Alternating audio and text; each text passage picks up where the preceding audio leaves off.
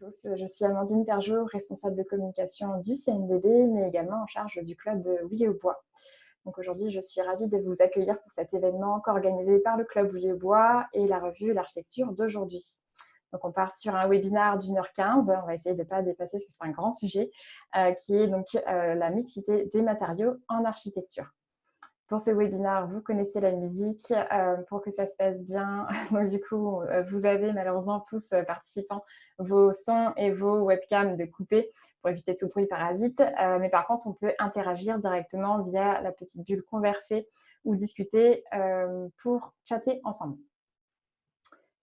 Je vais me permettre de vous présenter très rapidement donc, le Club Oui au Bois, donc l'un des deux co-organisateurs de ce webinaire. Donc, le Club Oui au Bois est un club qui a été créé par la filière Forêt-Bois donc, il y a presque 10 ans, donc, en 2013, et qui fédère aujourd'hui plus de 3500 professionnels de la construction, rénovation et aménagement. Donc, ce sont des architectes, des bureaux d'études, des économistes, des promoteurs, des bailleurs, voilà, donc, tous les professionnels qui ont un rôle de prescription. Donc, ce club Oui au Bois, aujourd'hui, il a pour objectif en fait, de créer une communauté de professionnels qui sont engagés et convaincus par le matériau bois. Donc, c'est un club qui est totalement gratuit et qui propose énormément d'avantages que je vais vous présenter d'ici quelques minutes. Alors, être membre du club Oui au Bois aujourd'hui, ça permet, donc, comme aujourd'hui c'en est le parfait exemple, d'avoir accès à divers événements tout au long de l'année. Donc, on en fait à peu près une vingtaine. On organise autant des conférences comme aujourd'hui ou alors en webinaire. On fait aussi des visites d'opérations, des visites de chantier. On est présent sur pas mal de salons aussi que vous connaîtrez sûrement tous, comme le Carrefour International du Bois, Materials and Light et j'en passe. Donc, vous avez du coup, en tant que membre du club, accès à tous ces événements exclusifs. Vous avez aussi donc forcément accès à un réseau de professionnels. Donc, vous serez mentionné sur le site du club Oui au Bois et serez référencé en tant que membre, donc en tant qu'ambassadeur et professionnel de la construction de bois. Vous pourrez également retrouver tous les 3500 profils pour créer des partenariats ou alors créer du business ensemble. Vous aurez aussi la possibilité d'avoir accès à des documents techniques, à tous les documents qui ont été créés par la filière, aussi accès à toutes les dernières réglementations qui sont en cours. Et puis, donc, vous avez l'accès à un groupe LinkedIn fermé où on vous partage au quotidien pas mal d'actualités sur des retours d'expérience, les dernières réalisations qu'on a trouvé en France ou dans le monde. Encore une fois, on partage aussi les profils des derniers membres inscrits, les documents techniques. Donc voilà, je vous invite en tout cas à nous rejoindre sur le groupe LinkedIn, mais aussi à vous inscrire directement sur le site du club Oui au Bois. Donc c'est très facile et c'est gratuit, je le rappelle. Donc c'est juste 2 formulaires à répondre. Le premier qui vous demande vos informations entre guillemets plus personnelles, donc vos coordonnées. Et ensuite, vous recevrez dans l'immédiat un deuxième formulaire à répondre pour présenter votre projet bois. Parce que oui, pour rentrer dans le club, il faut répondre à 2 conditions. C'est donc soit d'être dans les métiers que j'ai cités auparavant, donc maîtrise d'œuvre, maîtrise d'ouvrage, et avoir déjà réalisé un projet bois. Donc voilà pour le club Oui au Bois. En tout cas, on est ravis aujourd'hui de s'associer à l'architecture d'aujourd'hui pour vous présenter ce webinaire assez technique aussi et dans l'air du temps avec la RE 2020 notamment. Donc, je vais laisser la parole tout de suite à Anastasia qui va prendre le relais et vous présenter donc, l'architecture d'aujourd'hui, mais aussi nos intervenants et le sujet du jour. Bonjour, merci Amandine. Oui, donc je représente la revue L'Architecture d'aujourd'hui ce matin. Je suis ravie qu'on se soit associés pour ce webinaire et je remercie également nos 3 intervenants du jour. L'architecture d'aujourd'hui, que certains connaissent déjà sûrement, est une revue fondée en 1930 par André Bloch. C'est une revue d'architecture et de critique. Le panel d'interlocuteurs que nous avons composé et que nous accueillons ce matin fait notamment écho à la ligne éditoriale de notre revue, à savoir multiplier les points de vue et mêler les regards des spécialistes, qu'ils soient chercheurs, praticiens, scientifiques. Vous voyez là quelques-uns de nos derniers numéros.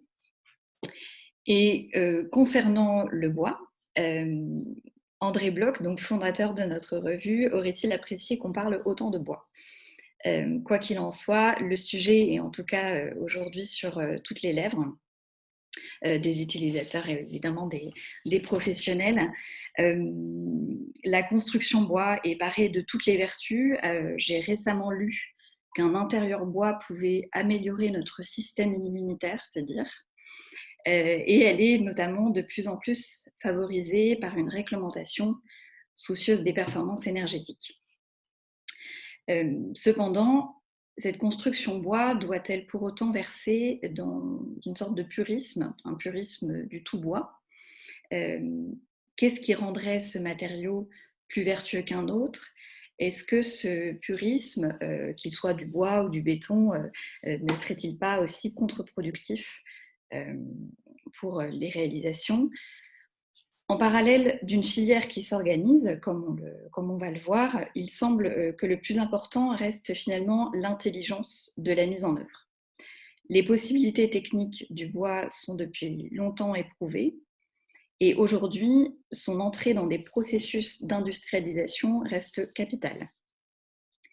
À la faveur d'un contexte économique et sociétal donné, que nous allons analyser ensemble ce matin, les architectes sont de plus en plus nombreux à s'emparer du sujet d'un point de vue technique, donc c'est-à-dire le bois comme support de mixité, quand par exemple il s'associe au béton ou au métal. Mais les architectes et praticiens font aussi de ce matériau un objet d'étude et d'expérimentation à part entière. Donc ces grands sujets et vastes problématiques qu'on va essayer de discuter ensemble ce matin avec nos trois intervenants. Donc dans l'ordre, Margot Lamourou, qui est doctorante, architecte et journaliste et qui nous évoquera l'histoire de la filière, de ses avancées en matière notamment d'industrialisation et de préfabrication. Mirko Tardio, architecte de l'agence Juric Tardio Architecte, qui a notamment livré en 2019 une crèche itinérante au Jardin du Luxembourg, construite notamment grâce à un système modulaire en bois sur une structure métal à la prouver. Et enfin, nous terminerons ces interventions par le professeur Yves Vénon, qui est architecte, ingénieur et directeur du laboratoire des constructions en bois de l'EPFL à Lausanne en Suisse. Voilà, donc pareil, vaste sujet. Pour compléter ce que disait Amandine sur l'organisation, vous avez effectivement la possibilité de poser vos questions dans la conversation et on y répondra ensemble, les intervenants à tour de rôle à la fin de leurs trois interventions. Voilà, donc je laisse en guise d'introduction la parole à Margot Lamourou. Margot, c'est à toi.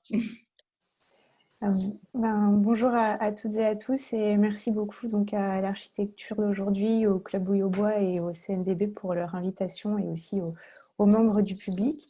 Donc effectivement, je suis architecte, journaliste spécialisée et doctorante.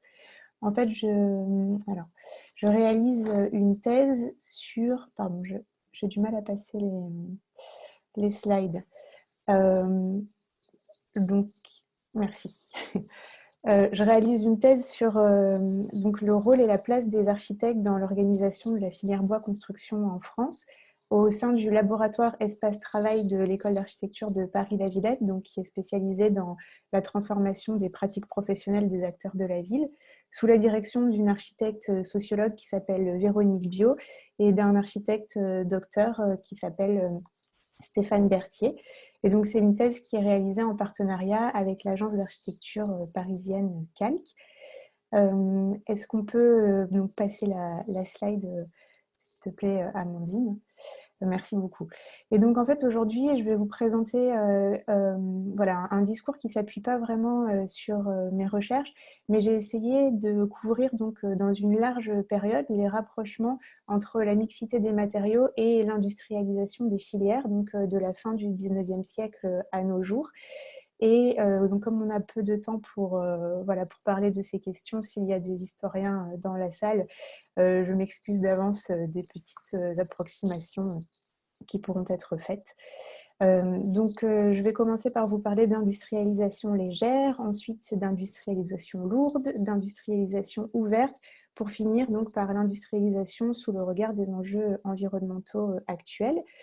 Donc dans l'industrialisation légère qu'on peut faire démarrer à la fin dans la deuxième partie du 19e siècle, on a en fait des expositions universelles qui sont le lieu de concours qui sont destinés donc à comparer et à promouvoir les technologies de l'ère industrielle.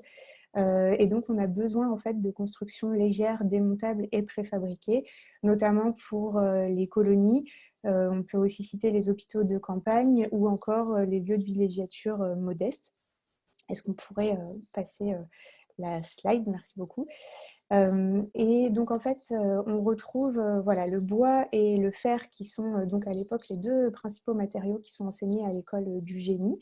Et donc on a beaucoup de modèles qui sont en train d'être développés de maisons de villégiature, donc comme par exemple le système Poitrino, donc qui est un architecte parisien et qui a développé en 1983 un système de poteaux métalliques calibrés et montés sur des vérins, avec des toitures sur ferme à charnière et des châssis recouverts de feuilles de zinc, qui est manutentionnable, donc qui est transportable par l'homme et à cheval.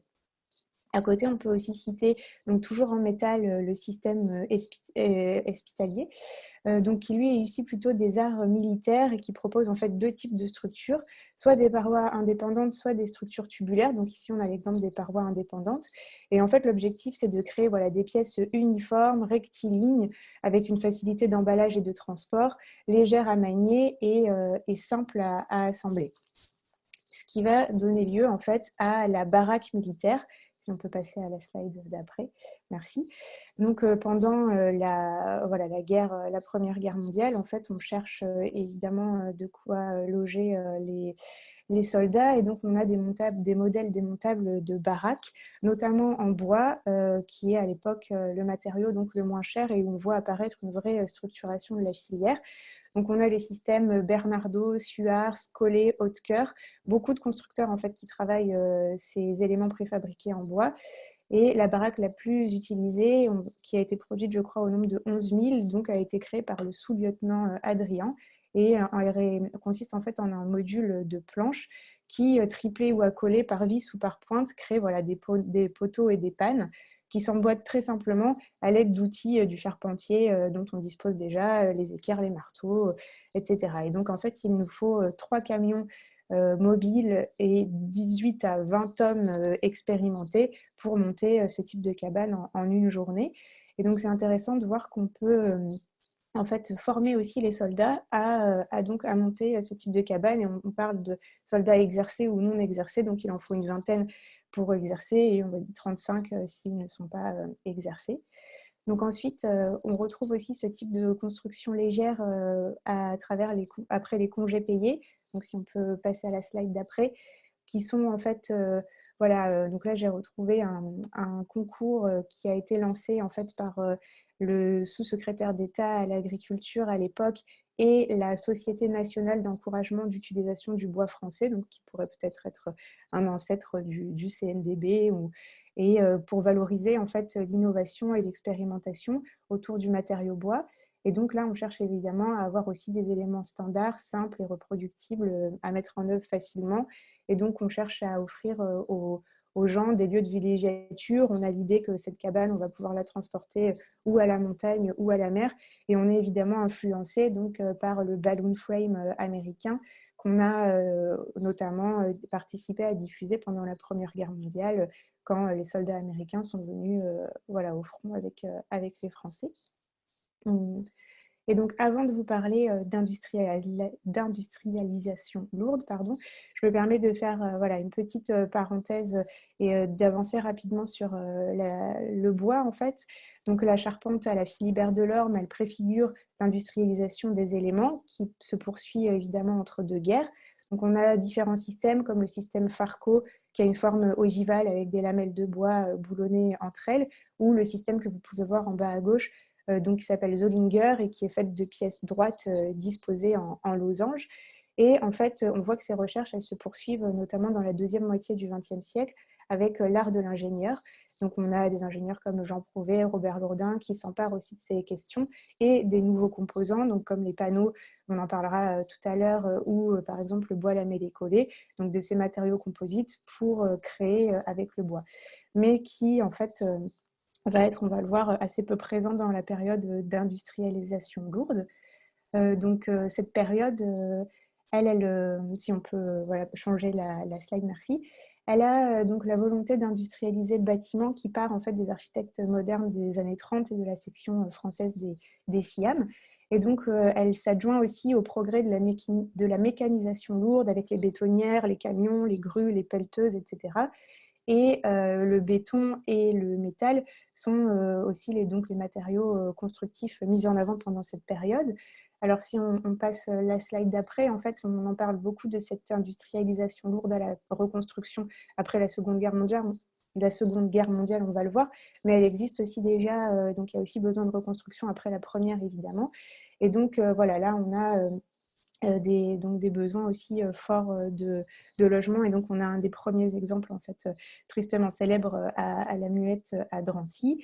Et si on peut passer la slide d'après, donc on a évidemment ensuite, après la Seconde Guerre mondiale, le ministère de la Reconstruction et de l'Urbanisme qui pousse en fait pour l'utilisation de ces systèmes, de ces procédés où on voit apparaître les prédales, les refends, les voiles de façade et aussi des portiques métalliques avec des systèmes donc, voilà, d'industrialisation et des systèmes constructifs de préfabrication en béton, donc dont le plus connu est Camus. Alors, petite parenthèse, mais à cette époque, cet industriel, il a quand même 6 usines en France et 16 dans les autres pays. Donc, il travaille à partir d'un système qui a été breveté en 1949 et il peut produire jusqu'à 20 000 logements par mois, et donc ce qui est tout à fait en accord avec les objectifs du gouvernement. Et donc ensuite, on atteint donc pendant cette vingtaine d'années une vitesse de croisière des grands ensembles qui commence à péricliter dans les années 70, donc parce qu'on lui reproche une standardisation industrielle, une monotonie et une répétitivité des écritures architecturales et même une certaine médiocrité de ces écritures. Et on remet aussi en cause voilà, le monopole du béton. Et il faut aussi dire que donc, parallèlement, on a un urbanisme de zoning où on commence en fait à attribuer à chaque bâtiment une forme, une fonction et un système constructif. Donc on pourrait dire grossièrement le logement, le béton pour les logements, le métal pour les activités et le bois assez minoritaire pour quelques bâtiments sportifs et d'équipements de montagne. Et donc on arrive là dans la période d'industrialisation ouverte où en fait la question du logement de masse est posée, on va dire, de manière moins aiguë, on a moins forcément de besoins. Et donc à partir des années 70, le plan construction architecture, l'État à travers le plan construction architecture propose plusieurs choses. Donc d'abord de rompre en fait le monopole du béton et de donner accès à de nouveaux acteurs à certains marchés de la construction, de favoriser la diversité architecturale, donc après le traumatisme des grands ensembles qu'on vient de voir, tout en essayant de garder les avantages de l'industrie qui est supposée avoir des avantages économiques. Et donc, si on peut passer la slide, il va lancer en fait une vingtaine de réalisations expérimentales, donc on appelle des REX, qui sont largement subventionnées pour tester en fait l'hypothèse de différentes filières. Donc ici, Stéphane Berthier a très bien documenté donc plusieurs de ces opérations. Je me suis arrêtée sur la borne de l'espoir qui a été réalisée par Jean-Pierre Vattel à la fin des années 70, et donc il propose des logements sociaux du T3 au T6 avec une variété de systèmes constructifs en bois en fonction de la taille des maisons, et donc qui est censé démontrer voilà, la richesse des composants industriels de la filière bois, mais aussi une certaine mixité, puisqu'on voit donc différents types de revêtements extérieurs et comment en fait la souplesse de l'ossature bois peut permettre un bardage soit en terre cuite, soit en panneaux éternite peints et décorés, ou alors encore un bardage bois qui là est en red cedar. Donc, la slide d'après montre aussi donc, la volonté de dynamiser d'autres filières. Donc, par exemple, comme le village Terre donc près de Lyon, où là aussi on teste différentes variétés donc, de terre, le pisé, la terre stabilisée, comprimée, etc. Et on a une diversité de revêtements, comme on peut voir aussi le bois et une mixité donc, en bas à droite. Et enfin, la dernière partie de ma présentation s'attache à voilà, regarder l'industrialisation sous le regard des enjeux environnementaux. Et évidemment, on commence à interroger l'empreinte carbone de tous les matériaux, mais à partir de ces années-là, essentiellement des matériaux majoritaires comme le béton et l'acier. Et donc, sous l'impulsion des pouvoirs publics, il y a des encouragements à utiliser aujourd'hui le bois et les matériaux biosourcés. Donc, le PUCA, qui est l'ancêtre du plan construction-architecture dont on parlait tout à l'heure, s'est associé à l'association Adif Bois pour créer justement des concours. Et on a vu quelques concours aussi dans l'histoire, la brève histoire que je vous ai présentée. Et on voit comment, à travers ces lieux, on peut dynamiser aussi l'innovation et l'expérimentation.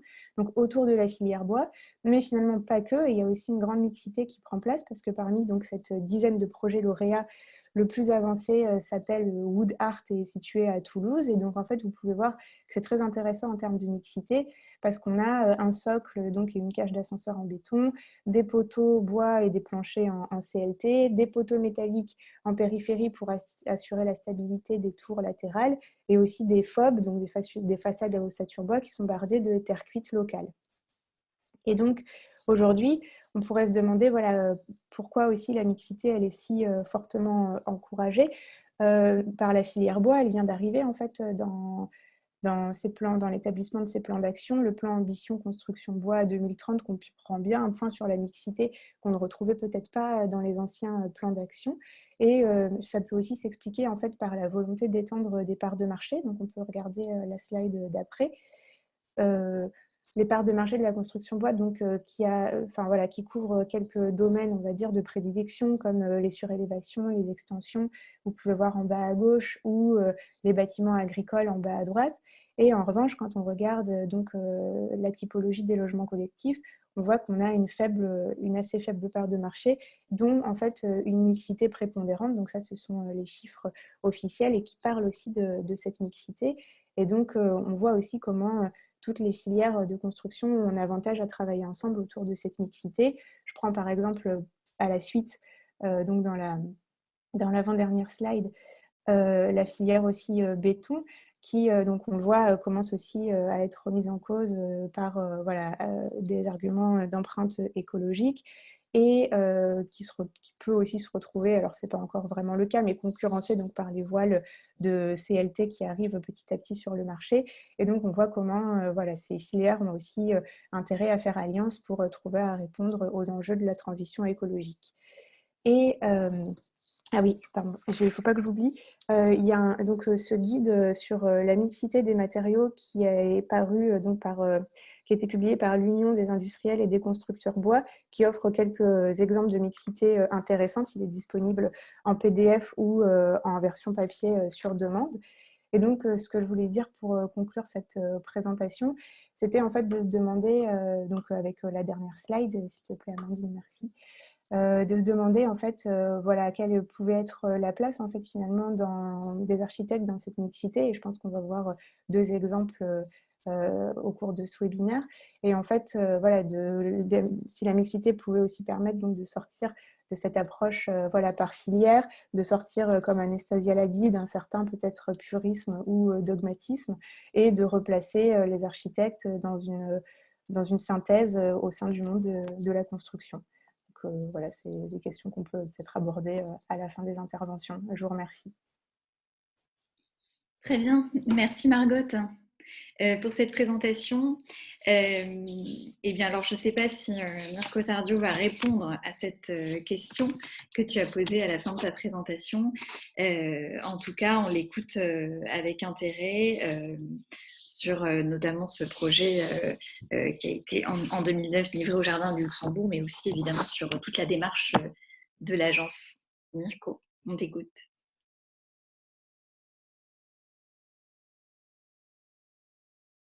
Alors, je crois que le micro n'est pas activé. Voilà. Là, c'est bon. Bon, merci de cette invitation à tous les deux. Je suis ravi d'être parmi vous ce matin.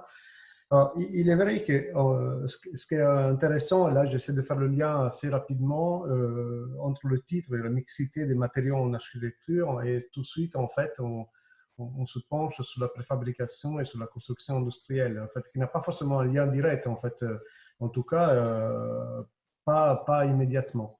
En revanche, il est vrai, et ça on essaie d'en parler un petit peu aujourd'hui, il est vrai que la mixité des matériaux en architecture on pose le problème de système constructif, en fait. Parce qu'en réalité, on découvre des matériaux de construction qui existaient déjà, qui ont été déjà utilisés dans le passé. Margot en a parlé très bien dans sa présentation, et on en arrive aujourd'hui à redécouvrir un petit peu ces matériaux de construction qui sont ancestrales. Et on se pose la question aussi de comment on va construire avec ça aujourd'hui, avec quelle écriture architecturale. Et ça reste une question qui est encore ouverte parmi nous, les architectes. Alors, le bois est arrivé comme une déferlante dans le métier. Tout d'un coup, le bois, il fallait que ce soit incontournable dans la construction. Mais heureusement, nous, on a commencé en agence très tôt, et peut-être un peu trop tôt par rapport à l'effet de nécessité de transition écologique qui porte ces matériaux-là. Et en fait, on se posait la question de savoir qu'est-ce qu'on allait en faire, et qu'est-ce qu'on peut faire avec du bois et comment on peut l'utiliser autrement. Alors, je prends la main. Voilà, donc pourquoi on parle du bois, et je fais un petit aparté sur le bilan carbone en fait, de la construction au bois en France. On sait que quasiment que 10% de l'émission à effet de serre concerne la construction, mais dans ces 10%-là, le béton en prend plus que la moitié, et avec un bilan carbone qui est vraiment douteux et qui nous pousse aujourd'hui à chercher d'autres matériaux de construction. Parmi les bétons, en fait, qu'il ne faut pas forcément exclure complètement de la construction, parce qu'il y a ses vertus, en fait, à sa facilité. On en discutait avec Margot avant cette webinaire. En fait, on est passé dans une époque où le matériau liquide, en fait, était privilégié, et maintenant on repasse plutôt dans des matériaux solides dans la construction. Donc le béton en faisait partie parce qu'il est facile à transporter, malléable et pas cher, donc il a ses vertus. Et il est très résistant mécaniquement. Donc, le béton, il s'y est mis aussi parce qu'en fait, l'industrie du béton, qui est quand même très présente dans la construction bois, il se dit peut-être que ces matériaux-là, il ne faut pas l'abandonner, mais il peut avoir des vertus. Donc, il y a certains industriels aujourd'hui qui se collent au temps de cuisson et aux températures de cuisson pour essayer de baisser le bilan carbone. Donc, il y a certaines réussites, mais on n'est encore pas tout à fait dans des bâtiments, enfin du béton bas carbone complètement, mais ça avance et c'est prometteur. Si on fait une petite comparaison entre le bois et le béton, on l'a fait déjà 1000 fois, hein, mais c'est bien toujours de le rappeler que un mètre cube de bois stocke entre 1400 et 400 kg de CO2 par mètre cube en fonction des essences, et que le béton, on émet plutôt 265. Donc, on voit la différence aussi dans ces petits schémas à gauche. On voit qu'une poutre en acier a nécessité de 75 kg de carbone par mètre linéaire, contre la plus performante qui est la poutre en bois massif, qui est plutôt que l'on stocke 25 kg en fonction du bois. On voit aussi la différence entre la matière grise, en fait, l'énergie grise, c'est ce qui est nécessaire à la fabrication du matériau de construction, en fait, de la poutre. En fait, on voit le poids énorme d'une poutre métallique contre celle de poutre en bois. Et ça, c'est important quand on parle d'économie circulaire, c'est-à-dire qu'on est-ce qu'on voit un temps plutôt à passer maintenant dans une transition qui est l'économie linéaire, celui qui jette le matériau de construction et qui devient des déchets, celui qui essaie de le récupérer. En fait. Donc, l'importance de l'énergie grise dans les matériaux est aussi dans ce cadre-là. On a toujours parlé de préfabrication, là aussi, toujours dans les époques qu'on parlait de construction qui était plutôt industrialisée. Moi, j'ai plutôt envie de parler de construction hors site. Parce que la préfabrication, en fait, on l'a vu dans la présentation de Margot, en fait, a parfois des connotations un petit peu négatives qui viennent de la grande époque du béton préfabriqué. On connaît des beaux exemples comme Camur au Perret, au Havre, mais on connaît aussi une connotation architecturale qui a un petit peu, on les dit, le paysage architectural à cause de cette répétitivité, aux facilités d'utiliser des préfabriqués béton. Donc, nous, on pense en agence que la construction hors site est plus adaptée parce que, et où la différence, en fait, la différence que la construction hors site, il s'agit de construire sur mesure mais pas sur le chantier, c'est-à-dire dans des ateliers qui ne sont pas forcément sur le chantier, qui sont plus près des sources des matériaux de construction, donc utiliser aussi les matériaux locaux, où il y a le savoir-faire, et loin des chantiers, et en optimisant le transport aussi. Donc, et les temps de chantier, évidemment, qui vont être plus courts quand on préfabrique, en fait, quand on construit plutôt en hors-site. Donc, la différence est assez importante parce qu'en fait, si on peut faire un bâtiment architectural, c'est-à-dire avec sans céder à la technique, en essayant de construire des éléments modulaires qui sont construits hors site, qui sont préfabriqués, entre guillemets, mais qui sont ensuite, qui sont été faits sur mesure pour le bâtiment qu'on construit à ce chantier et qui peuvent être finalement montés par n'importe qui, par n'importe quel charpentier, donc sans forcément avoir une spécialisation spécifique à ce type de chantier-là, par n'importe quel charpentier, au maçon ou d'entreprise qui est capable de monter sur des plans de montage simplifiés. Donc, on a fait un petit peu… l'autre avantage, évidemment, c'est la réversibilité et la capacité aussi de répondre à différents types de matériaux, à la fois pour la première vie ou pour une deuxième vie si il s'agit d'un bâtiment démontable, comme on l'a fait dans la crèche de Luxembourg, mais aussi dans une reconversion d'un bâtiment existant.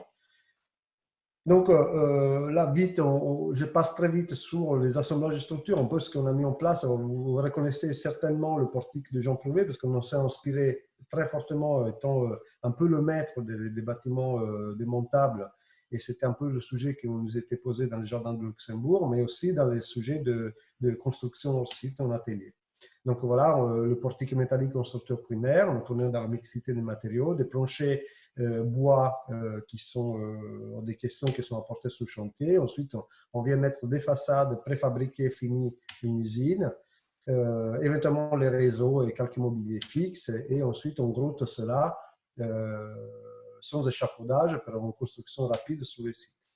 Alors, évidemment, on privilégie dans la construction site, en tout cas nous, ce qu'on privilégie, c'est la construction 2D plutôt que la 3D, pour éviter de transporter du vide entre les ateliers de construction et les chantiers. Il y a un autre avantage, on en parlera peut-être tout à l'heure, c'est qu'en construction 2D, on a aussi une réversibilité plus importante des bâtiments, donc un réusage de bâtiments dans le futur, de bâtiments qui restent modulaires par des modules plus petits, plus faciles à remanier et qui permettent de transformer des bâtiments qui changeraient de programme dans un futur.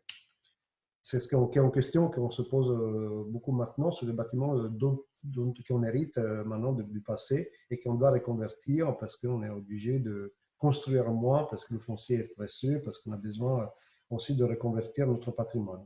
L'avantage de construire en 2D aussi, c'est permet et là on vient en thème de webinaire, à construire avec plusieurs types de matériaux différents en atelier, qui s'adaptent parfaitement à la fabrication hors site et venir donc à construire des modules déjà finis en atelier qui sont livrés sur chantier déjà avec les menuiseries, les façades et les finitions de façade. Et parfois aussi les réseaux. Donc, on voit là une photo de l'atelier qui a produit les modules de la crèche des jardins de Luxembourg, de l'entreprise Cruard, qui est près de Laval, et dans lequel on peut intégrer dès tout de suite toute une partie des réseaux qui sont faits à l'usine, donc qui se permet d'accélérer énormément la construction sur le site.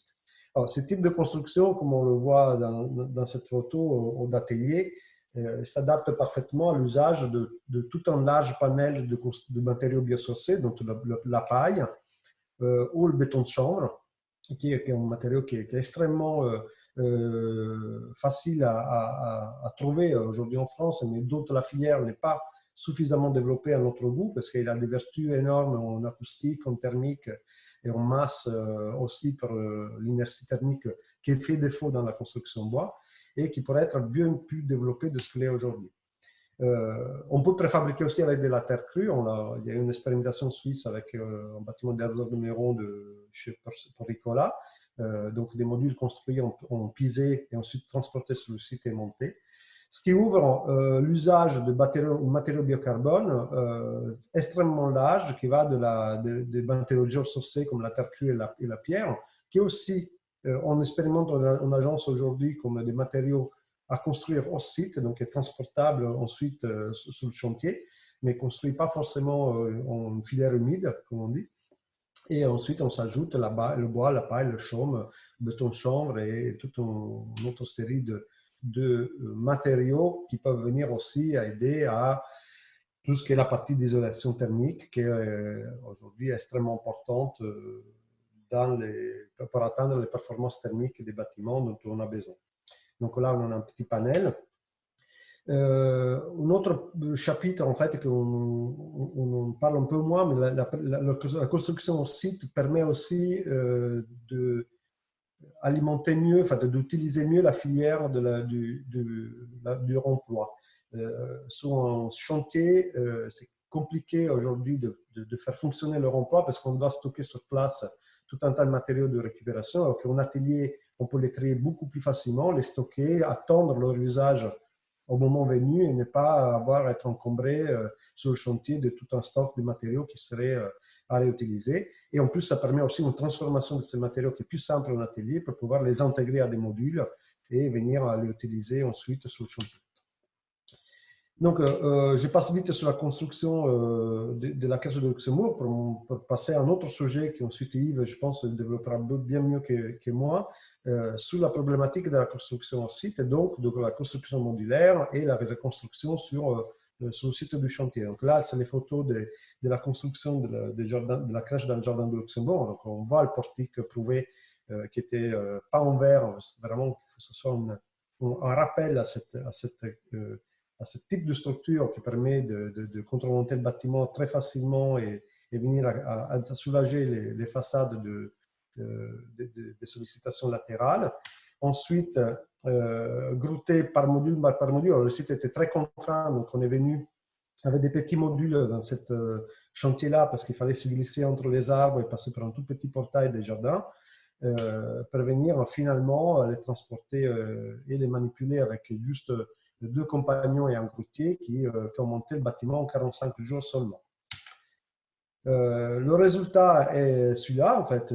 On considère que finalement, on a réussi à ne pas forcément avoir une connotation de bâtiment préfabriqué. En fait, c'est ce qu'on a essayé de toute façon, dans cette première expérience de bâtiment prototype, c'était la première fois qu'on s'est collé réellement à ce type de construction-là. Et finalement, on aurait pu peut-être faire mieux, je ne sais rien, mais je pense qu'on va essayer d'évoluer là-dessus pour améliorer encore cette écriture architecturale. En tout cas, ce qu'on a vu, c'est qu'on peut soigner particulièrement les détails constructifs malgré une construction qui n'était pas faite sous chantier. Donc, c'est ce qui est prometteur aussi pour les intérieurs. En fait, là, Margot l'a dit, hein, le bois peut rendre, enfin non, c'était pas Margot, c'était Anastasia, je crois, qui le disait, en fait, que ça augmente les défenses immunitaires. En effet, dans la crèche, les gens qui y travaillent sont très contents et ils sentent la qualité de l'air que ce matériau peut apporter. Quelques exemples de quoi on peut faire de ces modules. Donc, on a parlé, hein, les modules 2D sont beaucoup plus souples en usage. Donc là, on a fait un petit exercice en utilisant les mêmes modules de la crèche pour voir qu'est-ce qu'on pouvait en faire avec le nombre que l'on a, donc une petite école ou une surélévation d'un bâtiment existant, par exemple. Donc, ce qui veut dire aussi, je reviens juste un petit point là-bas, on une version de minute, de venir à dire qu'on peut réutiliser ces modules pour des bâtiments qui ont été éphémères au départ pour construire en pérenne par la suite. C'est le grand avantage de construire au site, c'est qu'ils vont assembler ces bâtiments ensuite pour être pérennes parce que la qualité est la même. Alors, pour le jardin de Luxembourg, on s'est inspiré des assemblages japonais pour venir essayer de trouver un moyen, parce que c'est là le noyau de la discussion, en fait, savoir comment on assemble ces bâtiments sur le site parce que ce soit efficace et qu'on réponde à toute la réglementation d'étanchéité à l'air et thermique. Et donc, on s'est un petit peu inspiré des encastrements à la japonaise pour venir à trouver des systèmes de clés qui viennent être boulonnés et serrer ces modules l'un sur l'autre et on a assuré l'étanchéité.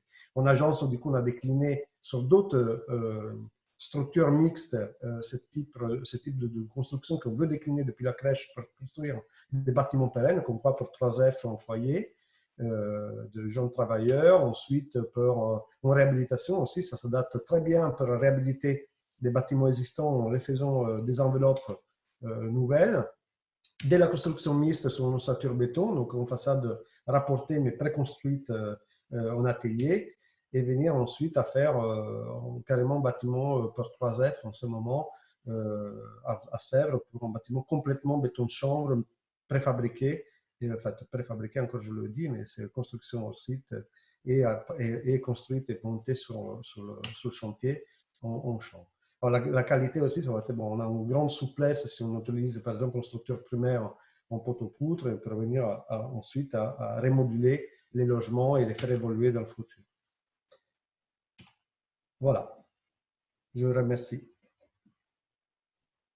Très bien, merci beaucoup Mirko pour cette présentation très complète et très intéressante et à laquelle va sûrement réagir, rebondir Yves Hénan, qui est donc professeur, comme je le disais, à l'EPFL, ingénieur et architecte, et qui a notamment, je pense notamment à ses dernières réalisations, à savoir le théâtre de Vidy en 2017, et plus récemment une halle multifonctionnelle au Luxembourg, avec une coque à double courbure et des joints intégrés.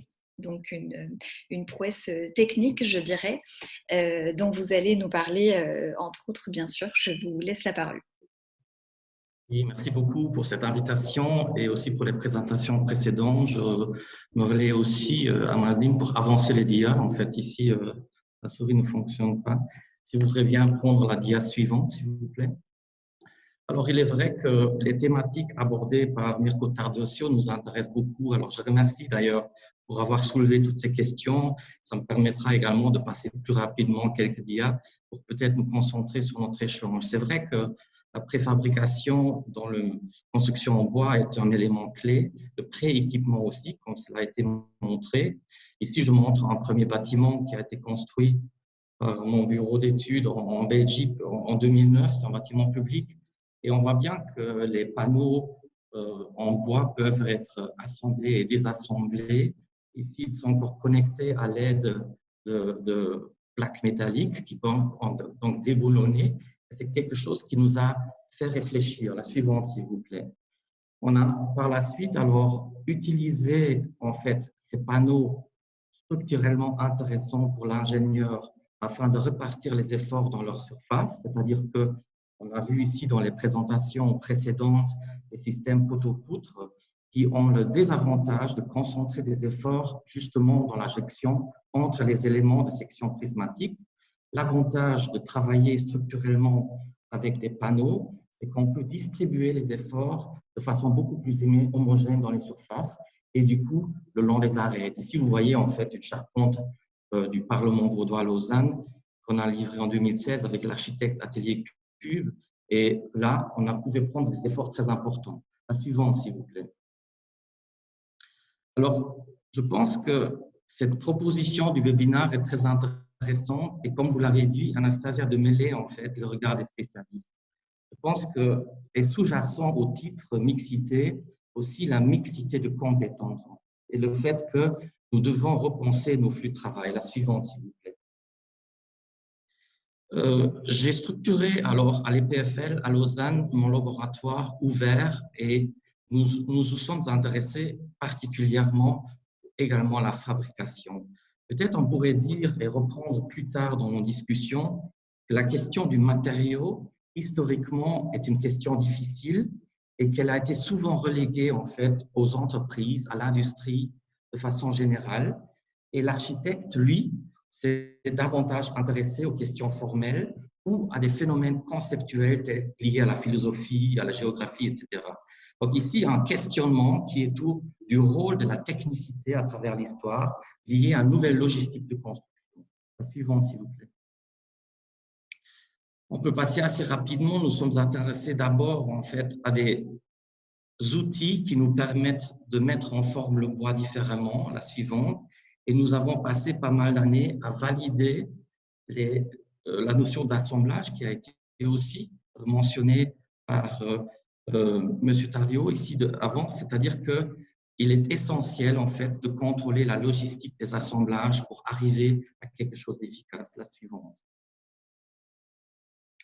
Alors, on parle beaucoup du bilan carbone, mais je pense que on n'est pas du tout, on ne doit pas être dogmatique par rapport aux matériaux, on doit juste essayer de respecter les différentes limites que notre planète demande. Ça touche aussi à la biodiversité, par exemple. Ce n'est pas juste l'émission du CO2, c'est aussi la gestion de l'eau durant un chantier. C'est d'autres éléments qui doivent être, dont on doit tenir compte.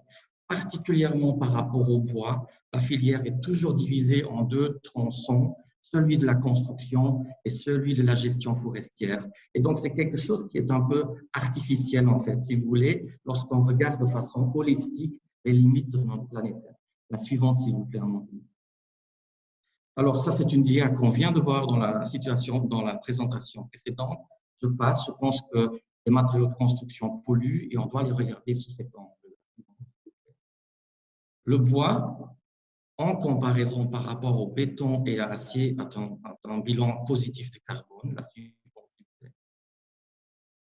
Et l'industrie du bois est particulièrement bien équipée digitalement. La suivante, s'il vous plaît. Nous nous sommes intéressés à une logistique d'assemblage et une façon de poser de façon unique des éléments uniques dans une composition d'ensemble. Lorsqu'on parle de modules, on a toujours le danger que ces modules peuvent être inversés ou ne pas être montés au bon endroit. Ici, cette idée, c'était aussi d'avoir un montage séquentiel. La suivante. Nous sommes intéressés aux structures spatiales parce que ce n'était pas pour une question formelle forcément, mais pour une question d'utiliser les produits dérivés de bois structurellement. La suivante. Et vous voyez un peu l'évolution de ce qu'on avait fait entre 2006 et 2017, où nous sommes intéressés d'abord aux structures plissées, des structures très efficaces, produites à partir d'éléments dérivés du bois. On a construit une chapelle qui était encore connectée à l'aide d'éléments métalliques. Nous sommes parvenus en 2014 à assembler ces structures-là, que ce soit des géométries, architecture non standardisée ou standardisée, à l'aide de connexions bois-bois. Nous sommes passés à des structures à double nappe, nous permettant de rencontrer finalement ce que l'architecte demande également afin d'avoir un creux pour isoler le bâtiment. Et finalement, je vais brièvement présenter le théâtre dividis. La suivante, s'il vous plaît. Donc, ce que je crois qu'il est intéressant et qui doit être exemplifié, c'est que nous n'avons plus la distinction classique entre gros œuvres et parachèvement, mais que ce sont les mêmes fichiers et outils qui nous permettent de créer les dessins de présentation de l'architecte, de valider cela sous forme d'une fabrication, mais également de décrire les séquences de montage. La suivante. Ici, vous voyez des panneaux qui ont été utilisés pour le théâtre Vidi, où nous avons donc dimensionné une structure qui est pourvue de clous et de vis et qui est simplement assemblée. L'idée est que ce bâtiment puisse être désassemblé et que chaque panneau puisse théoriquement être même utilisé, néanmoins quelques chutes. D'un point de vue structurel, c'est extrêmement efficace parce qu'une portée de 21 mètres est réalisée à partir de panneaux qui ont une épaisseur seulement de 30 mm, mais qui sont espacés de 30 cm, constituant une hauteur statique de cet élément que vous voyez en bas à droite, permettant alors, à l'aide des connexions des tenons, d'empêcher les glissements entre ces deux nappes structurelles. La suivante, s'il vous plaît. La suivante. La suivante. C'est un théâtre à 250 places qui demandait aussi des performances acoustiques et nous avons proposé cette structure plissée, mais qui est dans la forme doublement courbée, c'est-à-dire que tous les assemblages bois-bois devaient suivre cette géométrie-là. Ici, vous voyez 4 arches qui ont été montées au terme de 6 jours seulement. Donc, la construction en pas permet en fait, comme cela a été dit aussi précédemment, de déplacer toute une série d'opérations à l'atelier et puis après de venir sur site et de ne pas occuper l'espace public pendant longtemps. La suivante. Ici, vous voyez le degré de finition. Donc, vous avez les doubles nappes structurelles. Il y a, dans ce cas-ci, ce n'était pas du chanvre qui était utilisé, mais des résidus de papier. Et également, la façade, le bardage a pu être fixé à l'atelier. Donc, sur chantier venaient en fait des éléments entièrement préfabriqués, entièrement prééquipés, y compris le bardage. La suivante. Enfin, on porte maintenant ce type de logistique et de fabrication à l'échelle d'un bâtiment qui mesure 170 mètres de long, avec des arches, 23 arches qui ont des portées entre 32 mètres et 52 mètres, avec une hauteur de 13 mètres. La suivante, s'il vous plaît. Et nous avons à nouveau appliqué, la suivante, s'il vous plaît, à nouveau appliqué, disons, ce flux de travail continu où finalement les plans de l'architecte, les plans de l'ingénieur civil sont remplacés par un seul modèle paramétrique qui doit être nourri de toutes les informations nécessaires à la réalisation de l'ensemble des éléments. Nous voulons, et surtout dans la construction en bois, on a souvent affaire à un système multicouche qui doit être appliqué. Alors, on peut le faire sous forme préfabriquée, néanmoins, on voudrait avoir une fabrication intégrée, ce que vous voyez ici. Ce qui n'est pas encore visible ici, ce qu'on fait actuellement, c'est de robotiser en fait complètement cette façon de faire, qui ouvre alors la question également posée précédemment, si un robot pourrait être placé sur chantier pour monter le bâtiment sur chantier, ou si les robots continuent, comme c'est le cas dans l'industrie automobile, plutôt à travailler aux ateliers. La suivante, s'il vous plaît. Donc ici, on voit quelques vues qu'on peut juste défiler de ce bâtiment qui sera terminé en 2022, où les portées donc, sont à une hauteur statique de 60 cm, uniquement des connexions bois-bois. La suivante, s'il vous plaît. La suivante, s'il vous plaît. Important est de savoir qu'il faut nourrir et informer le modèle paramétrique de tous les éléments, y compris les épaisseurs des connexions. La suivante.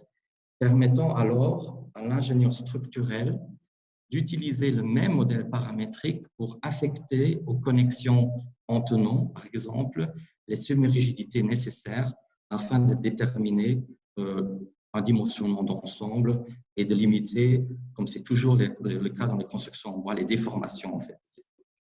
La suivante. Je voudrais terminer la suivante par le bois brut.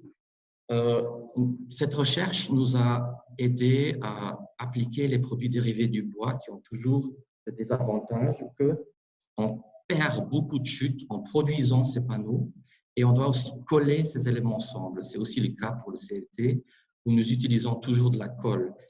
Et c'est pour cette raison-là que nous sommes intéressés à nouveau au bois massif, au bois brut. La suivante, on se rend donc compte qu'on peut directement partir de l'arbre. Avec la crise climatique, nous avons davantage du bois dur, d'ailleurs, qui pousse dans nos forêts, qui est très intéressant. Et on pense que dans les coûts qu'on connaît, on doit les coller, on multiplie, on arrive quand même dans les prix assez importants par mètre cube, dans les 800 à 1400 euros par mètre cube, tandis que le bois brut, en tant que tel, est inférieur à 200 euros par mètre cube. Donc, on pourrait partir d'un matériau beaucoup moins cher économiquement et directement travailler dessus. Donc, ici, vous voyez en blanc, où nous souhaiterions atteindre un coût définitif de 600 euros par mètre cube pour les éléments installés architecturalement sur site. La suivante, s'il vous plaît. Et donc, l'idée, c'est d'augmenter la biomasse, c'est-à-dire d'utiliser davantage les arbres. Ce n'est pas une nouvelle idée parce que, justement, en France, au niveau de la construction navale, on utilisait des pièces courbes afin de les intégrer dans les coques à bateau. C'est cette idée-là qui se reconduit. La suivante, s'il vous plaît.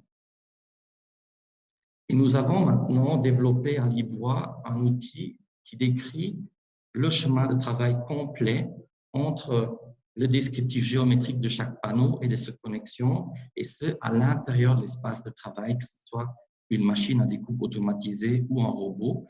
Et nous avons étendu ces connaissances-là au bois rond de forme quelconque en respectant l'anatomie naturelle des arbres. La suivante. On peut donc aller vers des structures complexes de tous genres, mais aussi vers des architectures standardisées. La La suivante. Mais ce qui est très important et ce qui est peut-être qu'il faudrait mentionner, c'est que nous souhaiterons travailler de façon beaucoup plus proche avec les exécutants, les entreprises de la construction et discuter avec eux leur stock, leur logistique, leur librairie d'entrée des matériaux. Nous ne pouvons plus, je crois, en tant qu'architectes, continuer à nous limiter à juste accepter ce qui est offert. Ici, l'idée, c'est de choisir vraiment les arbres dans une région spécifique et de directement les travailler dans cette région pour construire un bâtiment pas trop loin également de l'endroit où les arbres ont poussé. La suivante. Et donc, le travail de Petras Vestartas décrit clairement l'insertion, d'abord le scannage précis d'un tronc, la possibilité d'y marquer avec une origine fixée les endroits où le robot doit intervenir. Elle peut le décrire sous forme virtuelle comme vous le voyez ici, c'est-à-dire c'est n'importe quel tronc qui est inséré là. En fait, le robot contrôle lui-même en temps réel sa position par rapport à la pièce sur laquelle il intervient. Il a également la possibilité de changer d'outil pour augmenter la rapidité d'exécution. Et finalement, la pièce, elle sort toute faite, mais sur une géométrie collecante. C'est-à-dire que les fameuses familles de détails structurels que l'ingénieur civil prescrit, par exemple, pour une hall industrielle, est remplacée par le chemin de travail du robot qui réalise exactement les connexions, mais sur des géométries quelconques. Suivante, s'il vous plaît. On peut donc s'orienter aussi bien vers des géométries dures en bois massif, c'est-à-dire architecturées, ou bien aussi chercher des expressions architecturales plus naturelles, peut-être plus rustiques, mais qui font appel à la même logistique de production, c'est-à-dire utiliser un maximum de matériaux, respecter la biomasse et juste faire finalement ce qu'on a toujours fait avec le bois, c'est-à-dire on y coupe, on scie le bois en fait. Et on ne répète que cette opération ici, peut-être sous une autre forme. La suivante, s'il vous plaît. Je peux passer celle-là. C'était juste pour montrer que ces ouvertures sont là, qu'ils peuvent déterminer le langage architectural ou pas. Et nous avons, dans ce dernier temps, effectivement introduit plusieurs concours d'architecture. Les suivants, s'il vous plaît. Où nous essayons de finalement considérer que cette manière de fabriquer, de penser la construction, peut également réécrire le langage architectural. Ici, par exemple, je forme une colonne à partir de 4 troncs qu'on inverse et sur lesquels on n'intervient que de façon minimale à l'aide de robots. La suivante, s'il vous plaît. En faisant ainsi, on peut arriver à non seulement créer, disons, un aspect ou un langage architectural, disons, subjectivement motivé par une intuition architecturale, mais ici, ce qu'on voit ici, c'est vraiment la conservation de la forme identique et naturelle de chaque tronc qui, dans sa diversité, confère à ce bâtiment une certaine poésie. La suivante, s'il vous plaît. On peut juste traverser ces exemples. C'était un exemple qu'on avait ici fait pour le palais, l'auditoire éphémère du Forum Bois Construction, qui n'a pas été retenu, mais qui se basait déjà sur cette même philosophie. La suivante, s'il vous plaît. Ou, comme cela a été aussi mentionné dans la présentation de Margot Lamoureux, le système Solignan pourrait revivre en fait aujourd'hui très facilement. Alors Solignan, lui, il partait quand même de pièces prismatiques pour former les losanges. Et alors, dans chaque losange, il y a 2 pièces qui sont pivotées hors plan, permettant alors de suivre une courbure. Ici, on propose un bâtiment qui est une sorte de halle médiévale, un marché en fait de produits locaux, qui serait couvert du système Solignan réinterprété à partir d'une triple nappe d'éléments ronds, robotisés et superposés, connectés uniquement à l'aide de connexions bois-bois. La suivante. Voilà, je pense que puisque nous avons également beaucoup d'étudiants et d'étudiantes dans notre audience, qu'il est très important que l'enseignement de l'architecture s'ouvre également à ses qualités de fabrication. La suivante. C'est pour ça qu'on se concentre à l'IBOA non seulement sur ses recherches, mais également à la mise à disposition d'autres outils aux étudiants en architecture, leur permettant d'appréhender les matériaux de façon plus rapide. Alors, merci beaucoup. Très bien, merci beaucoup Yves Vénan pour cette présentation très complète. Alors, voilà, on a un peu de temps pour des questions.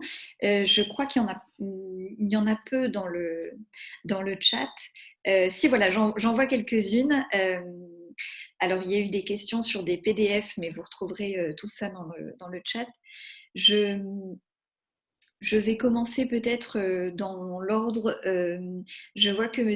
Olivier Magne a posé la question comment qualifie-t-on les qualités d'arbres utilisées? Alors j'imagine qu'il s'agit de comment est-ce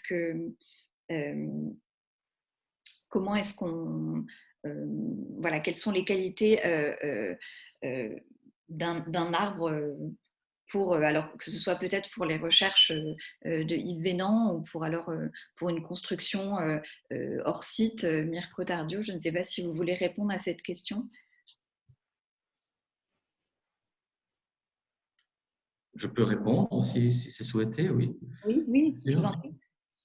Mais donc, comment ça se passe actuellement? C'est le garde forestier qui traverse la forêt et qui choisit les arbres qui vont être utilisés pour la construction. Et donc, il y a un premier tri qui se fait simplement visuellement et il voit la qualité en fait du bois debout sur l'arbre. L'avantage de ce qu'on présente ici, c'est qu'on peut scanner l'ensemble de l'arbre, y compris les feuilles, les branches, l'écorce, tout ce qu'on veut. Et puis après, dans ce modèle digital scanné, dans ce nuage de points, nous pouvons enlever ce qu'on veut enlever. Mais on n'enlève pas trop, c'est-à-dire lorsque le tronc arrive à la scierie, déjà il a été découpé en des morceaux qui ont 5 à 6 mètres de long. Donc, on a déjà ce premier préformatage qui a été fait de l'abattage de l'arbre. Et puis après, en fait, ce tronc, il est sectionné et encore formaté en planches, en madriers, etc. Et donc, ça, c'est la question visuelle, du tri visuel. Après, on a la possibilité de caractériser un arbre debout ou même une ancienne charpente médiévale mécaniquement en envoyant une sonde ultrason à travers ce bois pour en déduire le module d'élasticité. Donc, ça concerne directement la question de la classification de nos bois. On peut, et ça s'est fait déjà de façon courante, vraiment bien exploiter le potentiel individuel de chaque arbre. Merci. Je crois que la question que je vais lire est encore pour vous. Pardon, Mirko, est-ce que tu veux réagir également sur cette question des qualités du bois sélectionné? Je te laisse. Si, en fait, il est très important. Yves est extrêmement exhaustif là-dessus, sur la qualité. En fait, la construction de bois dépend de la qualité du bois, en fait, dépend dans quel territoire ou contexte on l'utilise. En fait, il faut choisir la bonne essence, mais en général, c'est pour ça que nous, on essaie de vraiment faire une construction au site, parce qu'on va chercher le savoir-faire près des forêts, près des acteurs qui aujourd'hui construisent en bois depuis toujours et qui connaissent parfaitement ces matériaux. Du coup, ils savent choisir les bonnes essences pour fabriquer les panneaux qui ensuite vont être utilisés ailleurs et dans leur utilisation finale. En fait, c'est extrêmement important. Bon, c'est pas tout à fait la même chose que choisir un arbre, on en faire un bâtiment avec, parce que c'est extrêmement poétique. Je trouve ça génial, tout ce que vous faites, le PFL là-dessus avec Yves. Dans la construction bois plus classique, en fait, les charpentiers, en fait, ont ce savoir-faire là. Et c'est ça qu'on va chercher. Très bien, merci. Je crois que l'autre question est également pour Yves, mais je pense que Mirko, à travers les recherches de l'agence, voilà, tu pourras aussi répondre. La question est, existe-t-il un bilan carbone global de ces procédés robotisés prenant en compte la fabrication et l'usage des robots? Donc c'est assez vaste. Je pense que c'est une question qui interroge presque la la recherche en général. Voilà, est-ce qu'il y a ce bilan carbone qui est réalisé par les universités ou par voilà, ou par les écoles ou les bureaux d'études? Alors, pas à ma connaissance, c'est pour la simple question qu'il faut établir un plan d'affaires pour un produit spécifique. C'est-à-dire, si vous prenez un panneau contre-collé croisé, hein, un CLT, vous avez un marché pour cela et vous produisez en fait à l'aide de machines ces panneaux. Vous utilisez la colle, ça prend de l'énergie et les machines consomment de l'énergie également, de l'électricité. Donc, il y a toute une série de questions, de facteurs qui sont liés. Est-ce que l'électricité qui est utilisée est verte déjà au départ pour pouvoir compresser ces panneaux, etc. Donc, ce que je crois qu'il faut voir dans un premier temps, c'est qu'un robot, en tant que tel, ne consomme pas énormément d'énergie. C'est une machine qui ne coûte pas tellement cher, in fine, donc 160 000 euros. Donc, une entreprise peut réaliser cet investissement. Et par la suite, ce qui est intéressant de voir, c'est que ce robot peut quand même fonctionner en permanence, c'est-à-dire aussi en hiver, par exemple, lorsqu'il y a moins de chantier, ça peut travailler le week-end. Et donc, on pourrait peut-être avoir toute une autre logistique un peu plus douce autour de ça. Il est vrai qu'une fois que ce secteur industriel sera installé, il faudrait effectivement faire ce que l'auditeur, l'auditrice ici demande, c'est-à-dire un vrai bilan. Mais on pourra le faire que sur vraiment des exemples qui ont été déjà appliqués. Il est très difficile dans un laboratoire de recherche comme le nôtre déjà de répondre à cette question. Mirko, est-ce que... En fait, moi je répondrais plutôt sur un autre terrain. C'est le bilan carbone, on le demande à chaque fois. Hein, sur un bâtiment maintenant est devenu quasiment incontournable. En fait, qu'on fasse, que ce soit par un label, que ce soit juste pour une volonté politique du maître d'ouvrage, de faire un bilan carbone. En fait. Et le bilan carbone, il vient strictement du processus général spécifique du bâtiment, pour ce qui nous concerne. C'est-à-dire que quand on nous pose la question de savoir comment on construit en certains endroits, eh bien, le processus se met en marche chez nous à la fois dès la conception pour essayer de comprendre quelle est la meilleure façon pour être le plus performant. Alors, que ce soit en utilisant leur site, que ce soit dans la mixité des matériaux en fonction de quoi on doit en faire. J'ai fait un petit peu écho à l'expo qu'il y a aujourd'hui au pavillon de l'Arsenal sur l'architecture modulaire légère. Même si l'angle d'entrée est un petit peu pas très clair pour moi, enfin, parce que je ne comprends pas bien exactement en conclusion si c'est vraiment lié à la masse en fait. Et je pense que c'est plutôt lié à l'usage. C'est-à-dire, est-ce qu'on utilise le bon matériau au bon endroit? Je pense que c'est plutôt le fil conducteur de cette expo, au-delà du fait qu'il y a un magnifique reprise de tous les bâtiments modulaires qui ont été construits légers dans les dernières 100 ans. Donc, le bilan carbone vient de l'utilisation du bon matériau pour en faire un certain type d'architecture. Voilà, donc c'est la mixité des matériaux qui est importante. Ce n'est pas forcément d'utiliser du bois à la place du béton ou d'utiliser un système plutôt qu'un autre. Et je crois que le but de cet webinaire, c'est aussi de sensibiliser là-dessus, c'est-à-dire de voir quel type de matériaux aujourd'hui sont plus adaptés, comme on fait pour les marier ensemble, parce que le bilan carbone soit le plus efficace possible, sachant que construire de toute façon, ça épuise la planète. Donc, c'est aussi de penser comment ces bâtiments peuvent être reconvertis plus tard à être le plus durable possible dans le temps.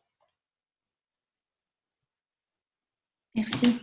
Alors, il y a beaucoup de questions. Je ne suis pas sûre qu'on pourra y répondre là tous ensemble. On aura sûrement la possibilité aussi de transférer ces questions aux intervenants qui souhaitent y répondre par mail.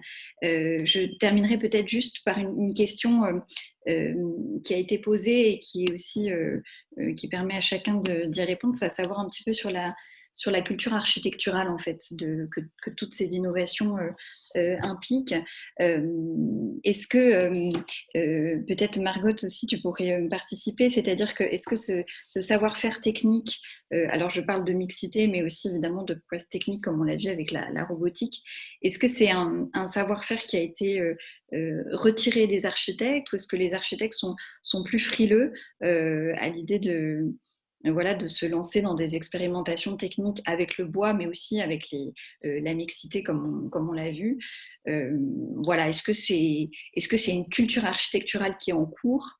Est-ce que c'est quelque chose qui est difficile pour les architectes d'aborder? Voilà, c'est une question un peu plus générale sur cette culture architecturale.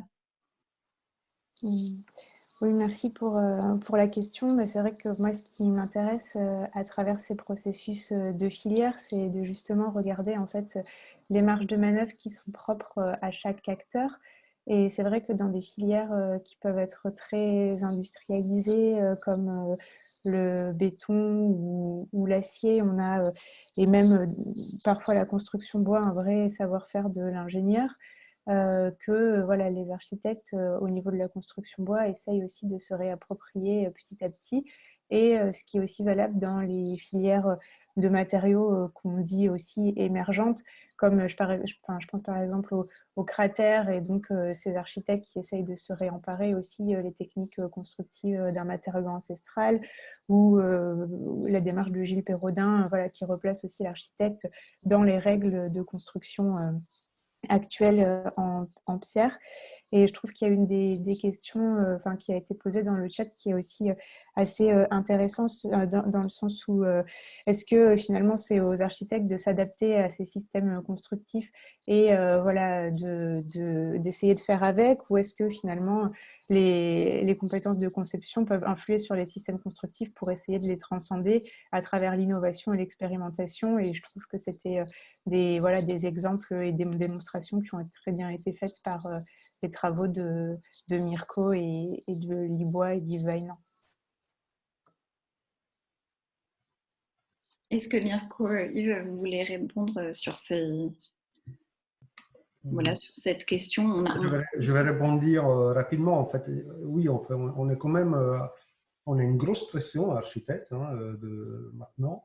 De savoir quelle écriture architecturale on va donner à tout ça. En fait, on est dans une période charnière assez importante qui ressemble beaucoup à celle du béton qu'on a débarqué dans l'architecture, en savoir qu'est-ce qu'on fait de ces matériaux, comment on va l'utiliser. Les premiers, ils ont commencé à imiter la pierre avec du béton pour essayer de trouver un usage de ces matériaux-là. Donc, il y a eu toute une transition. D'abord, après, il y en a eu de très forts qui sont arrivés, qui ont changer complètement l'architecture grâce à ces matériaux-là. Peut-être que ce sera la prochaine génération. Moi, je l'en parle, j'enseigne à l'école d'archi de Belleville, de Paris-Belleville.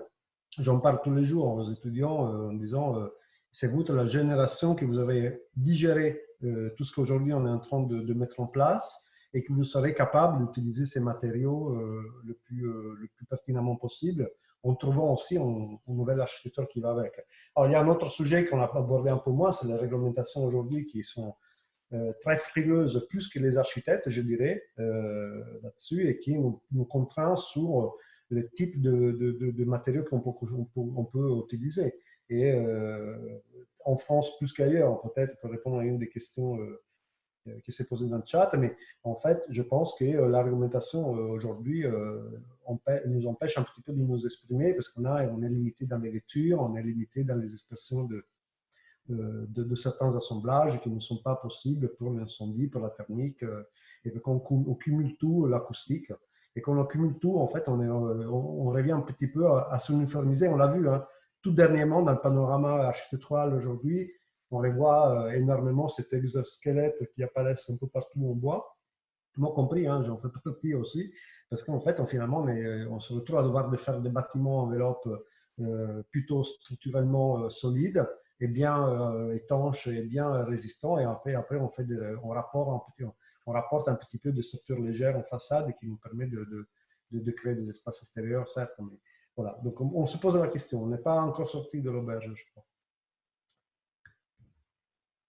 Yves, tu en penses quoi? Parce que toi, tu fais des choses bien plus différentes.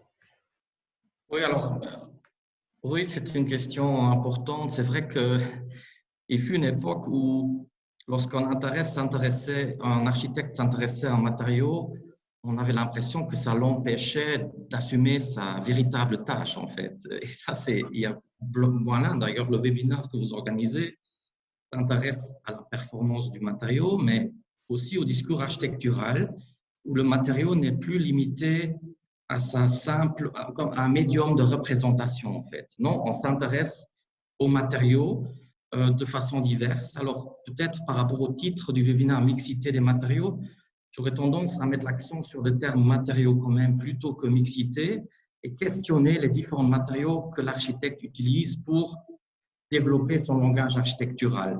Et là, ça devient intéressant de voir peut-être comment les ordres des architectes et les collectivités pourraient revoir les critères du coût de la construction, qui est simplement axé sur le coût du bâtiment que l'architecte calcule au mètre carré, au mètre cube, etc., et qui est introduit lors d'un concours d'architecture. Or il faudrait, en plus de ça, calculer le coût de la production des matériaux de construction, la fameuse énergie grise, avant de pouvoir justement commencer à construire.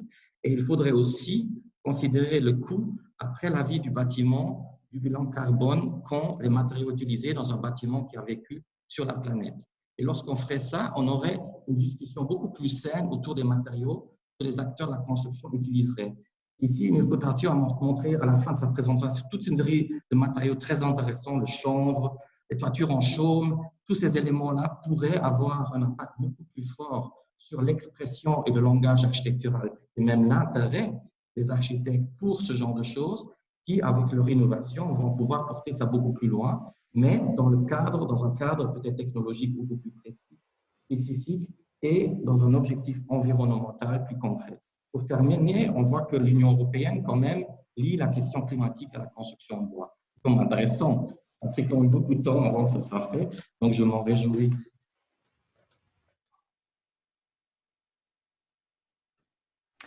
Mais merci beaucoup. En tout cas, je vois qu'il y a encore beaucoup de questions. Malheureusement, avec le timing un peu serré, on ne pourra pas tout traiter aujourd'hui. Ce que je vous propose, c'est de vous envoyer d'ici une petite semaine un mail avec le replay du coup de ce webinaire pour ceux qui sont arrivés un petit peu en retard, les coordonnées de nos 3 intervenants du jour. Également, en fait, les réponses aux questions qui n'ont pas pu être traitées, il en reste à mon avis quelques-unes, il me semble. Et puis, on vous remettra également les liens vers les outils qui ont été cités aujourd'hui, notamment le guide mixité dont Margot faisait référence. Donc, on va vous envoyer tout ça.